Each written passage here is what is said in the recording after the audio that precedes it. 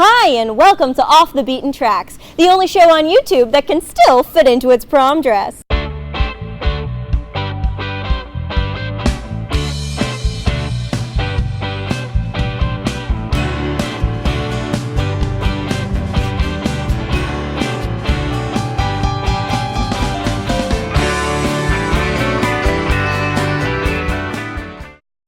Hi, and welcome back to Off the Beaten Tracks. I'm Roxanne, and today we're talking with a gentleman who has more credits on Discogs than anybody should be allowed to have.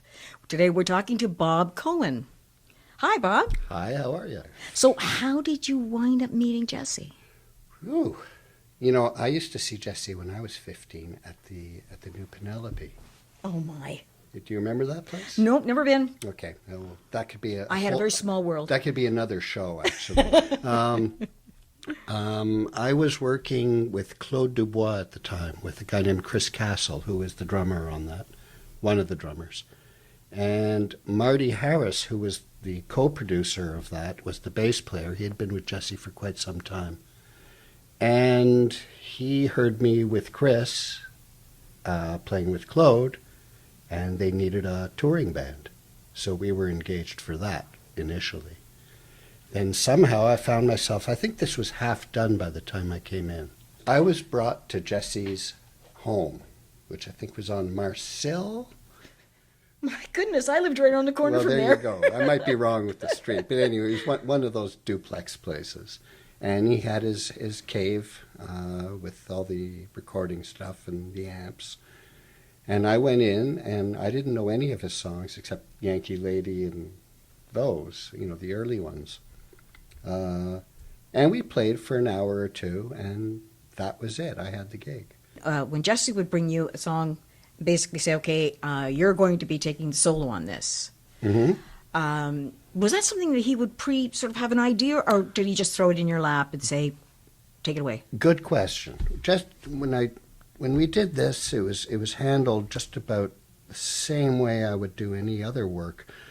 For example, some of these were done, I was there on the floor of the studio, not on the floor literally, with the band, and we would work out an arrangement just like it's done for anybody else, really. Let me see, Rough Side was done that way. I came up with the intro. Everybody Knows But Me was definitely a new song that hadn't been recorded. Tennessee Waltz, the new Tennessee Waltz was a redo. That was done. That and probably Hammer and Nails. The other ones I think were already recorded. So on some of them, I know that I did solos, which would be what you call an overdub, of course. Of course, yeah. Some of them were like first takes. And some of them were like pulling teeth. Oh, I know that feeling. Like any record. Did you use specific guitars for specific sounds, as like according to the overall feel of the song? Or did you have a slew of guitars with you, or did you basically just bring in an regular Old Faithful? I always went with the Telly in those days. I was pretty young there. I was 25. It's before the Guitar Hero age. I had a good acoustic. I had Jesse's guitars to work. I had a Gibson 345 as well. Nice. So, and a Telly. Trying to think if I used anything. I don't think I did anything special on this. It's all straight ahead playing, I think. Some of them, like the intro of Rough Side is 2 guitars, maybe 3, double tracked in harmony. Actually, what's interesting is sometimes on recording, I was only on 2 records, but with Jesse, he often wanted me to play his part. So guess what? I'd have to use his guitar, which was sort of fun. But that was a difficult thing to do. What would the thinking be behind that? Was it that he wanted to hear it himself? I don't know why he would. Maybe he'd like to give me challenges. Or maybe he was being mean. I really don't know why, but maybe he felt that I could do a better job, which I don't agree with. Well, he had his own sort of specific feel, and most of the times when I saw him, he was solo.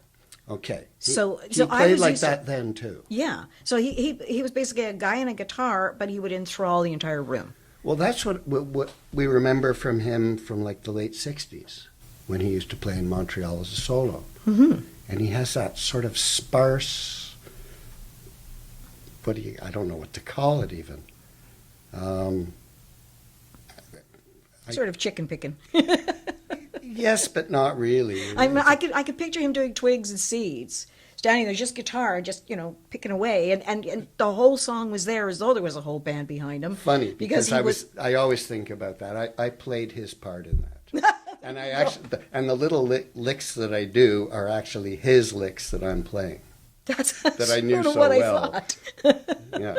So when you're working on some of the more gentler acoustic ballads, and it's so soft and you're being so careful to create a mood and everything, do you worry about your stomach gurgling?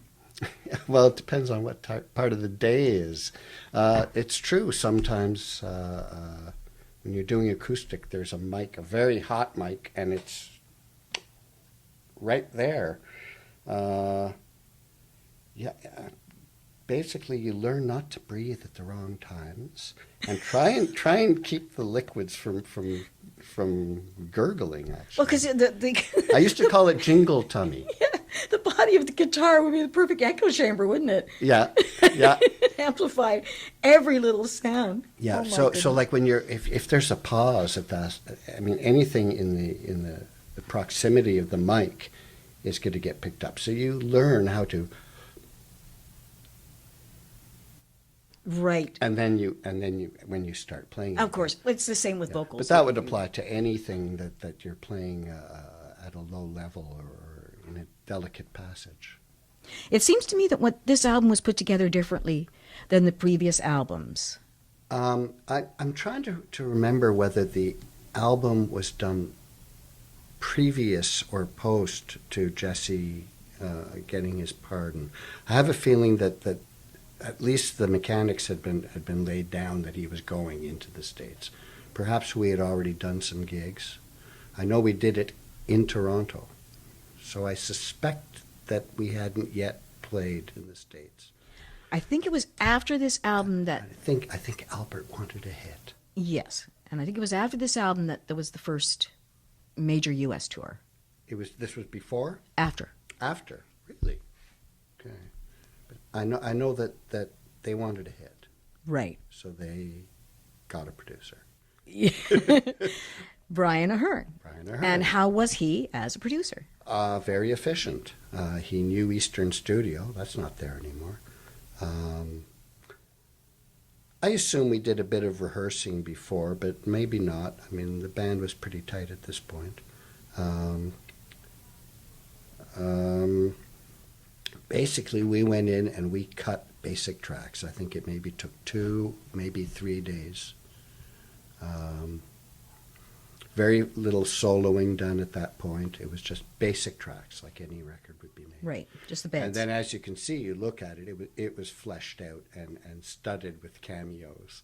Star-studded, in fact. Yes. It's Well, astounding. that was Brian's stable of artists. Anne Murray is on this, which is quite... And Diane Brooks. But Nicolette Larson, she's out of L.A., and Tom Chesniak on accordion. So you had such a... Well, you have Toronto people. You have Toronto and then you LA. have the south of the border people. I know, and it was wonderful. I was going through the names, like, oh, I know. And of course, Emmy Lou at the time was married to Brian. I think that at this time in the industry, that's how you sold a record. We've actually been talking about that recently, about some of the little weird things, post-Beatles kind of things, too. Mm-hmm. Because, like, for instance, the whole thing about replacing your band drummer with a studio drummer. That's totally... Oh. Well. That's the kind of thing that happened post-Beatles that really didn't happen all that much Well, if before this that. had been a band, I would have been very, perhaps, upset that I didn't get to do the solo on Nothing But a Breeze. Oh, but who did, sir? It's James Burton. Oh, my goodness. But, maybe someday I'll be able to say it was me. But it wasn't. Well, you're in good company. But this wasn't a band. This was an artist. Right. Which is different than the Beatles, for example. Well, of course. This is You're the supporting crew. Yeah. To the main. Yeah. And Jesse was very faithful to us as well, as time went on. I think I was in every band once I joined in 75, I think I was in every band that he had. Until 1978. I'd take vacations and sabbaticals. Yeah. But always got the gig back I guess I was cheap. There was a whole album that we recorded, well rehearsed in Montreal. Jesse at that point had a studio in his home, a good studio. We did demos. This was with the last band, which was Indy Smart, a guy named Greg Geddes, and they used to sing for Todd Rundgren.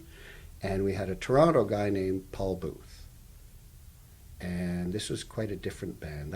In fact, there are some bottom line shows on the line right now on the web that you can find. It's that band.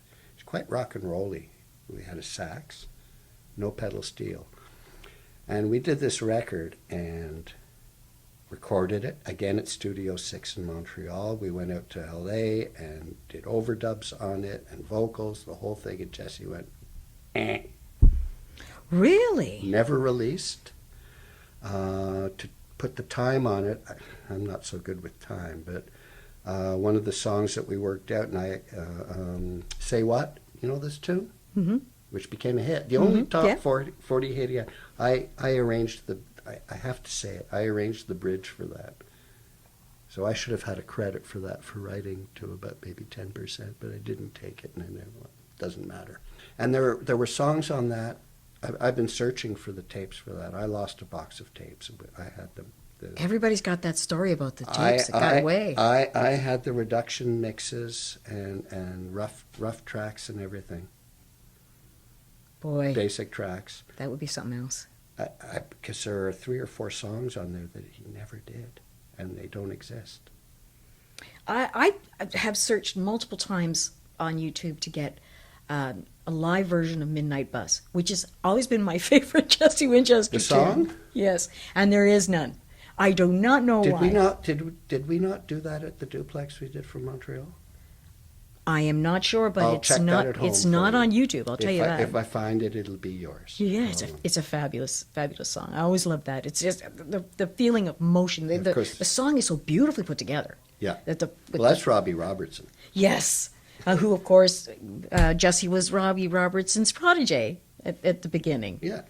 Well, Jesse with this record with Breeze, he engaged a producer, a real producer.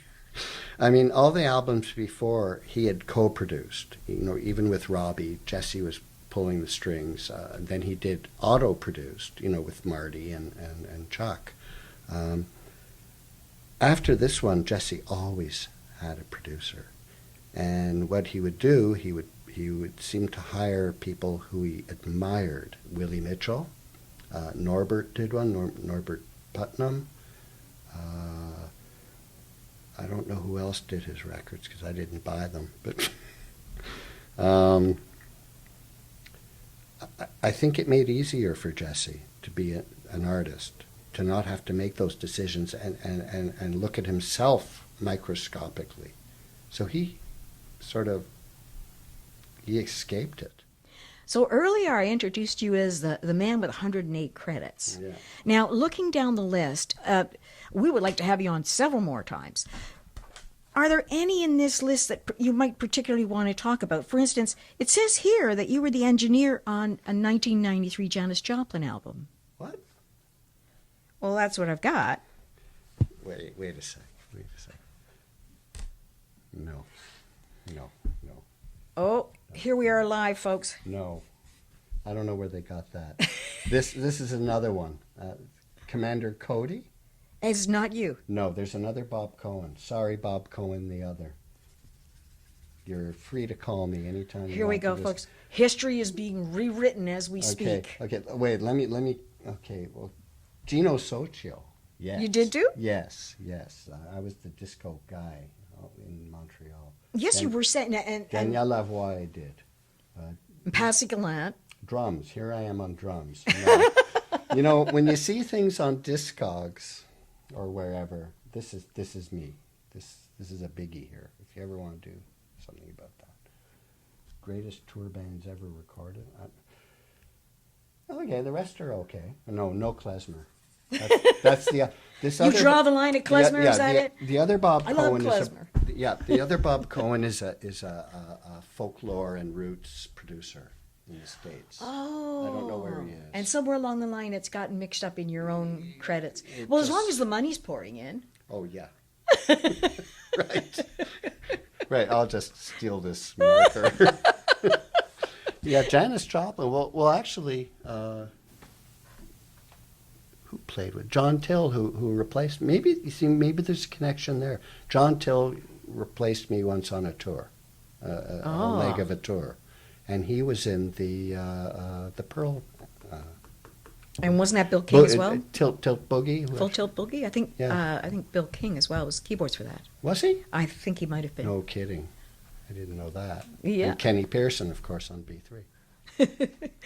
So I find it really interesting as well that while I would have thought that anyone connected with Jesse Winchester would have been full-fledged, sock-wearing folky. But you're saying at the same time that you were recording these albums, you were actually recording with some of the greats of the disco days in Montreal. Oh, yeah. Well, and Jesse, please let it be known that Jesse was not a folkie. He was a Memphis R&B man. When we did sound checks, we rarely did his songs. Really? No, we would do 6, 3, 4, 5, 7, 8, 9, or Barefootin', or any number of R&B tunes. Gosh. He was Jesse was a great player in the band. So you did the 2 Jesse Winchester albums and then went on to Happy Birthday Alligator Al by Mr. Dressup. Do you have the record? We don't seem to have it with us today. I have a copy. Oh my goodness. I actually found it in a. That's funny. I did that here in Ontario. So much change between the sessions? Yeah, I played bass for mostly for. I did some guitar, but I also played bass for Ernie, Mr. Dressup. Nice guy. Everybody's got an Ernie story. Oh yeah, he was such a nice guy and a consummate professional. We have been talking to Bob Cohen about his adventures with the Jesse Winchester Band. Both of the albums were fantastic, and our time with you has been pretty fantastic too, Mr. Cohen. Not too bad. Thanks so much for coming in today. A pleasure.